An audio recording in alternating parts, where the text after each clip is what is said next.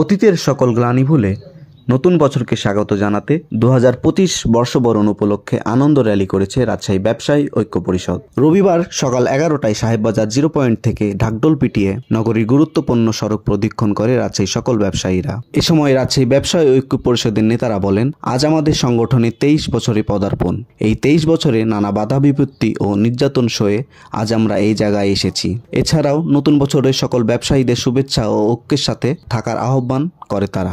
নতুন বছরে 2025 আমরা নতুন করে শুরু করছি। আমরাও আগে অনেক অত্যাচারিত হয়েছি, অনেক সুবিধা অসুবিধা থেকে আমরা বঞ্চিত হয়েছি।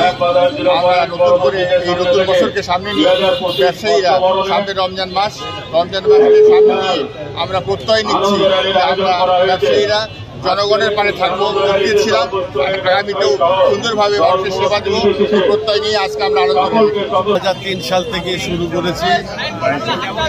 2003 সাল থেকে এই 25 সাল ধরে নেন কত বছর হচ্ছে। সে অনুযায়ী আমরা রাজশাহী ব্যবসা পরিষদ শুধু ব্যবসায়ী নয়, ব্যবসায়ের পাশে বিভিন্ন পেশাজীবী সংগঠন, সামাজিক সংগঠন এর সাথে যুক্ত আছে এবং বিভিন্ন সামাজিক কর্মকাণ্ডে ভূমিকা রেখে এসছে ব্যবসায়ী ঐক্য পরিষদ। আনন্দ র্যালিতে সংগঠনের প্রতিষ্ঠাতা ও সাধারণ সম্পাদক আলহাজ ফরিদ মাহমুদ হাসান সহ সকলের ব্যবসায়ীরা উপস্থিত ছিলেন। গোলাম ওয়াহিদুর রহমান, দৈনিক সুপ্রভাত, রাজশাহী।